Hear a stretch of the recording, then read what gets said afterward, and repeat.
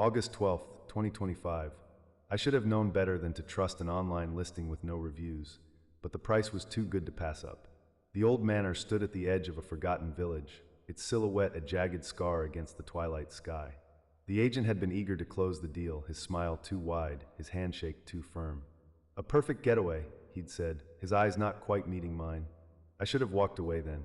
The house was colder than the surrounding forest, its walls thick with the scent of mildew and age. The floors creaked underfoot, protesting each step as if the house itself resented my presence. I set my bags down in the foyer, the grand chandelier overhead swaying slightly, though there was no breeze.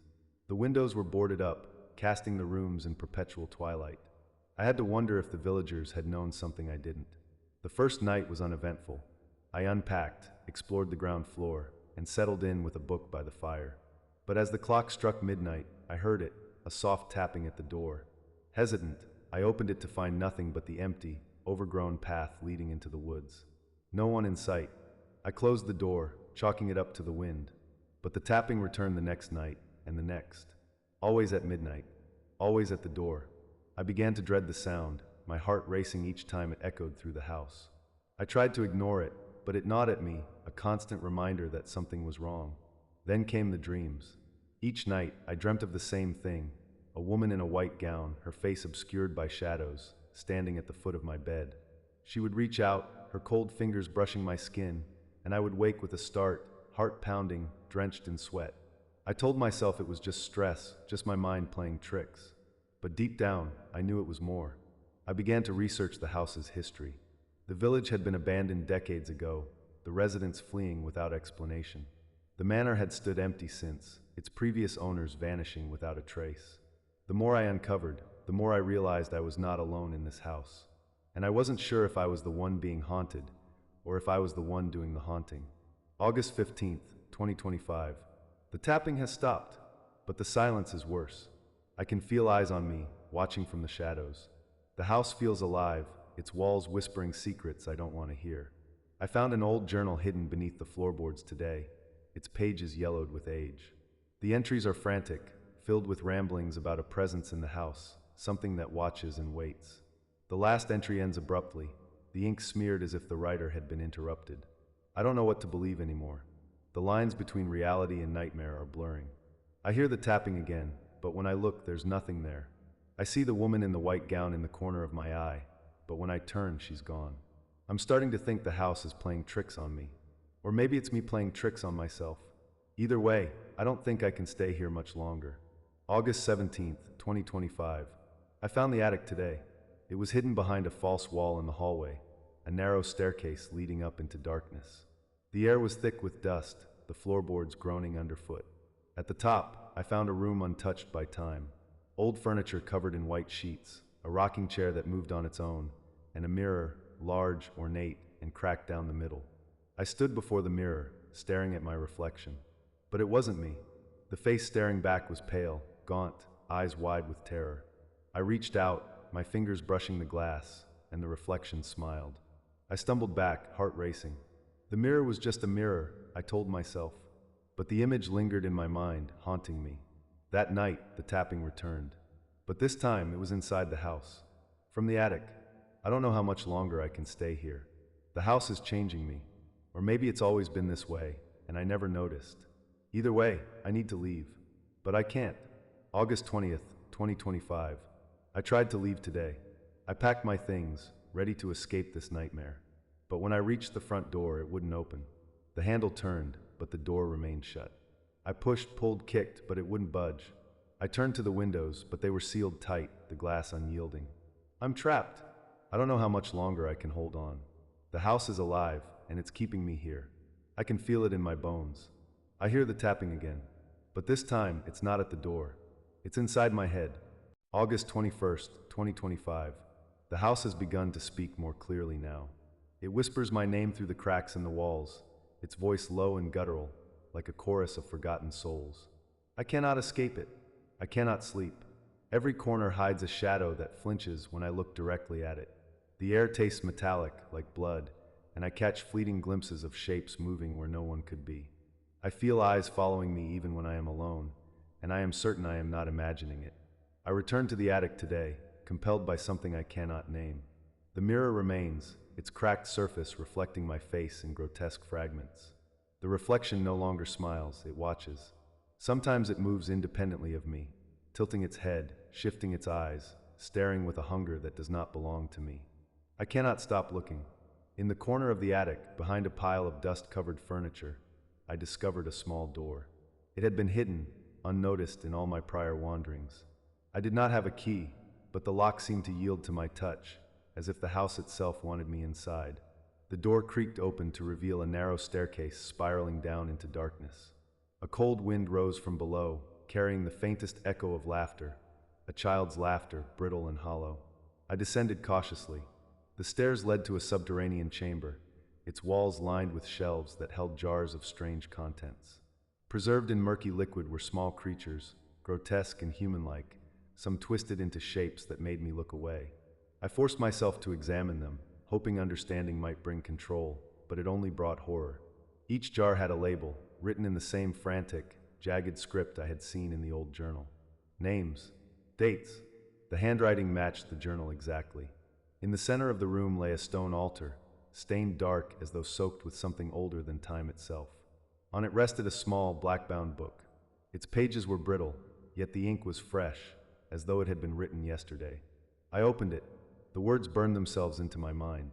Rituals, invocation, descriptions of a presence that feeds on fear, that manipulates reality, that inhabits those who trespass in its domain. I should have stopped reading. I should have fled. But I could not. The house seemed to pulse beneath my feet, urging me deeper, its voice rising to a crescendo in my head. I felt a presence beside me, cold, wet, malevolent. The woman in white appeared, emerging from the shadows at the edge of the chamber. Her face was clear now, a twisted mask of sorrow and rage. She pointed at the book, then at me, her lips moving, forming words I could not hear, but somehow understood. You are chosen. I tried to run. The staircase had vanished. The chamber extended endlessly into darkness. The jars on the shelves seemed to watch me, the figures inside shifting, turning toward me, whispering my name. I felt my heart seize with panic. The book slipped from my hands and fell open on the altar. The pages flicked by themselves, stopping on a page marked with a symbol that made my stomach churn. It was a mirror surrounded by runes. Below it was a warning. The reflection is the vessel. The vessel is the reflection. Do not look, do not speak, do not awaken it. I had already awakened it. I fell to my knees, covering my eyes, but the house would not let me hide. The whispering intensified, chanting now, a language I did not know, but felt in my bones. My reflection in the mirror upstairs, no, not my reflection, something that wears my face, was awake. It smiled at me, leering, stepping closer, as if the glass were nothing more than air. I could feel its fingers brush mine through the surface, a touch colder than death, sharper than knives. I do not know how long I stayed in that chamber. Time does not exist here. The house does not allow it. I found myself wandering its halls again, the rooms rearranging themselves at will. Hallways stretched impossibly long. Doors led to rooms I had never entered. The shadows lengthened unnaturally, pooling like ink on the walls. Every sound, footsteps, whispers, the scraping of something dragging across the floor, made my blood run cold. I have not eaten. I have not slept. I have not spoken aloud. I am not certain I can. The presence in this house has claimed me, and yet it wants more. I saw the villagers in my mind today.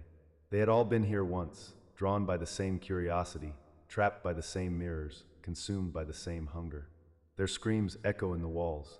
Their eyes plead from the jars in the cellar. And I know now that I am next. I have begun to hear another voice, softer, almost gentle, whispering from the shadows. It is not the woman, not the house. It calls me by name, promising escape, promising understanding. I do not know if I should trust it. I do not know if I can. The house has learned me. It knows my fears, my weakness. It will not release me willingly. I have no choice but to follow the whispers. They lead me to a room I have not seen before, a room without windows, without doors, save the one I entered. The walls are covered in mirrors, all reflecting not myself, but fragments of the house, the jars, the attic, the cellar, twisted and bleeding into one another. And there, in the largest mirror, I see her again, the woman, the villagers, and my own face, all screaming silently, trapped in a web of glass and shadow. I feel myself being pulled toward it. I cannot resist. I cannot stop. The house hungers, and I am the offering. The whispers grow louder. The mirrors pulse. I am losing myself. I am losing the line between reflection and reality. I write this now, hoping anyone will read it, hoping someone will understand. I fear it is already too late. The house has marked me. It waits for the final step. I can feel it pressing against my mind, stretching my senses thin, erasing the boundaries of my existence. The last thing I remember before the darkness swallowed me was the reflection smiling. And then it spoke in my own voice, "Welcome home." August 23rd, 2025. I do not know if this is day or night. Time has no meaning in this place anymore. The house has reshaped itself around me, corridors stretching into infinity, rooms folding into other rooms, ceilings lowering and rising at will. The mirrors are everywhere now. Every surface reflects something I do not recognize. Sometimes it is me, sometimes it is not. Sometimes it is the woman, always staring, always reaching. I cannot escape their gaze. They are alive. I can feel them breathing, watching, waiting. When I look away, I feel their attention digging into the back of my mind.